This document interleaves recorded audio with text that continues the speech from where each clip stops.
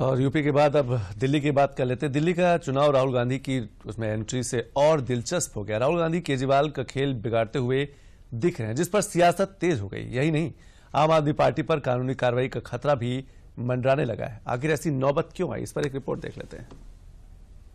से पूछिए कि वो जाति जनगणना के साथ है या नहीं। देश को खरीदने इनको इतना अहंकार हो गया है, इनको लगता है ये देश को खरीद सकते हैं। छोटे मियां और बड़े मियां की लड़ाई शुरू हो चुकी है। दिखा रहा है कि अब शायद उनको अपनी हार पराजय अवश्यंभावी नजर आने लगी है। दिल्ली वालों का दिल इस चुनाव में किस दल के लिए धड़क रहा है ये तो नहीं पता, लेकिन दिल्ली का चुनावी दंगल हर बदलते दिन के साथ रोचक जरूर होता जा रहा है। अभी तक बीजेपी और आम आदमी पार्टी के बीच ही जबरदस्त जोर आजमाइश देखी जा रही थी। ताबड़तोड़ रैलियां, रोड शो और कैंपेन किए जा रहे हैं, लेकिन अब दिल्ली के दंगल में राहुल गांधी की एंट्री ने वोट बैंक के बिखराव पर बड़ा सवाल खड़ा कर दिया है।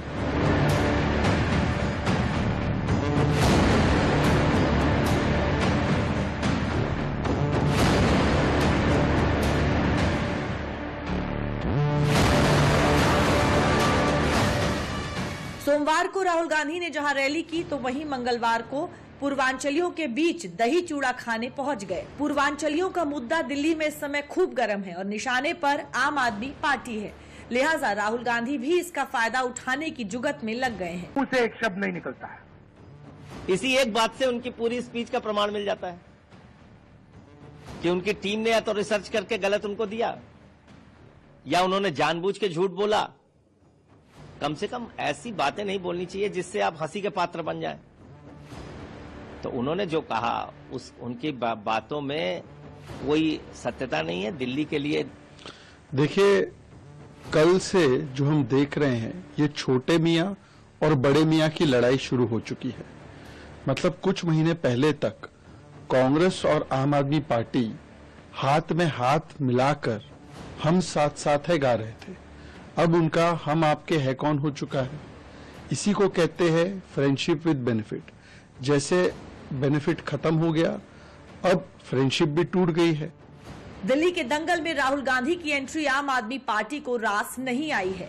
अरविंद केजरीवाल ने भी ट्वीट कर राहुल गांधी पर तीखा तंज कसा है, जबकि राहुल गांधी के तेवर केजरीवाल के खिलाफ तल्ख दिखे हैं। यही नहीं, राहुल ने प्रचार की शुरुआत भी ऐसी सीट से की है जिसने सीधा केजरीवाल के उस घाव को हरा करने का काम किया है जहां 2 नवंबर को उन्हें उन्हीं की पार्टी के नेता ने दिया था।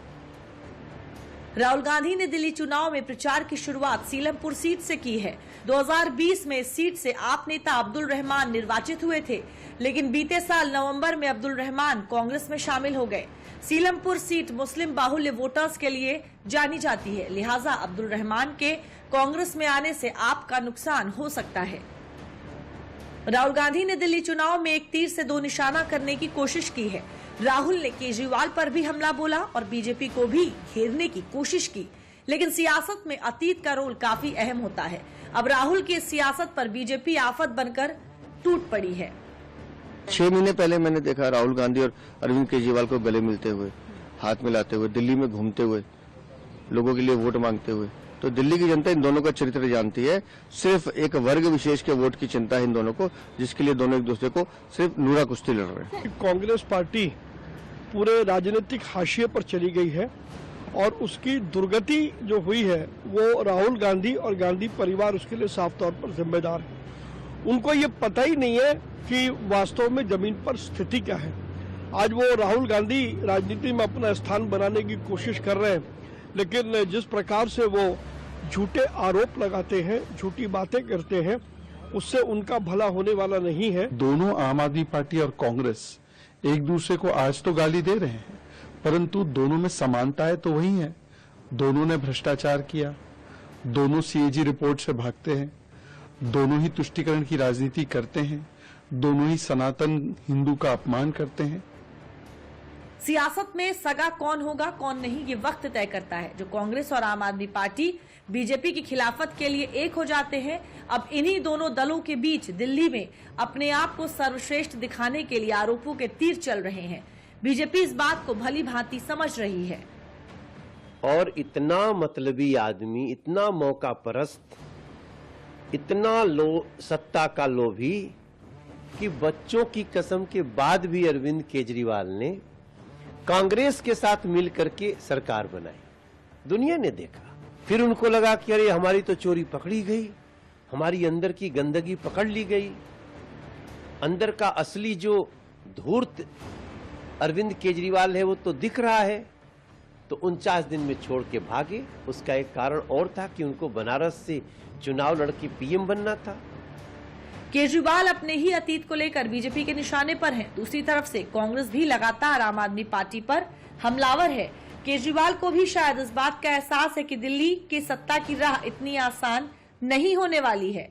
लिहाजा मंगलवार को केजरीवाल फिर से प्रेस कॉन्फ्रेंस की और आरोपों के तीर चलाए। मैं दिल्ली की जनता से अपील करना चाहता हूं, जो ये बांट रहे हैं सब ले लो, लड़ झगड़ के ले लो, इनके दफ्तरों में जाके ले लो, इनसे लड़ो, लेकिन अपना वोट मत बिकने देना किसी भी हालत के अंदर। कि मुझे लगता है कि अरविंद केजरीवाल जी अब नित्य प्रति आकर जो स्वयं बोलने लगे हैं, तो ये दिखा रहा है कि अब शायद उनको अपनी हार पराजय अवश्यंभावी नजर आने लगी है। तो वो उस हार की बौखलाहट में और घबराहट में किसी भी प्रकार का बयान दे सकते हैं, तो उससे उसमें कोई उनसे अपेक्षा नहीं की जा सकती है। वो आके अभी देखिए, कल भी कुछ और बोलेंगे, परसों भी कुछ और बोलेंगे, तो ये वो आदतन बोलते हैं। इसका केजरीवाल का एक काम बताइए जो उसने अपने स्वार्थ के लिए, अपनी इमारतों को, अपने धन को इकट्ठा करने के अलावा उसने कुछ किया हो। सारा उसने दिल्ली में जो कांग्रेस के समय का काम था उसको अपना बता दिया, वो देश बचाना था। केजरीवाल की दिक्कत क्या है कि एक सवाल भी, एक प्रश्न भी जो उस पर उठ रहा है, उसकी हिम्मत नहीं है कि उसका जवाब दे। आम आदमी पार्टी सिर्फ अपने वादों और ऐलानों को लेकर ही मुश्किलों में नहीं है। अब कानूनी कार्रवाई का खतरा भी पार्टी पर मंडराने लगा है। दिल्ली के नॉर्थ एवेन्यू थाने में आपके खिलाफ सोमवार को एफआईआर दर्ज हुई। आपके खिलाफ ये कार्रवाई पीएम मोदी और गृह मंत्री अमित शाह की तस्वीरें और वीडियो पोस्ट करने के आरोप में की है। कथित तौर पर आरोप है कि आपने सोशल मीडिया पर बीजेपी पर हमला करने के लिए एआई तकनीक का इस्तेमाल किया। आपने पीएम मोदी और गृह मंत्री अमित शाह के कई वीडियो के साथ साथ तस्वीरें पोस्ट की हैं। एफआईआर दिल्ली की वर्तमान सीएम आतिशी पर भी दर्ज हुई है। ये मामला चुनाव प्रचार में सरकारी वाहन के इस्तेमाल का है। आतिशी पर चुनाव प्रचार में आचार संहिता के उल्लंघन का आरोप है। आरोप पर पीडब्ल्यूडी के सरकारी वाहन के इस्तेमाल को लेकर एफआईआर दर्ज हुई है। दिल्ली के गोविंदपुरी पुलिस थाने में दिल्ली पुलिस ने एफआईआर दर्ज की है।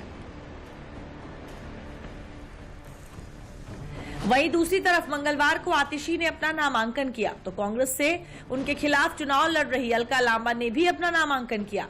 दिल्ली चुनावों के लिए नामांकन करने की आखिरी तारीख 17 जनवरी है, जबकि 5 फरवरी को चुनाव है और 8 को नतीजे आएंगे।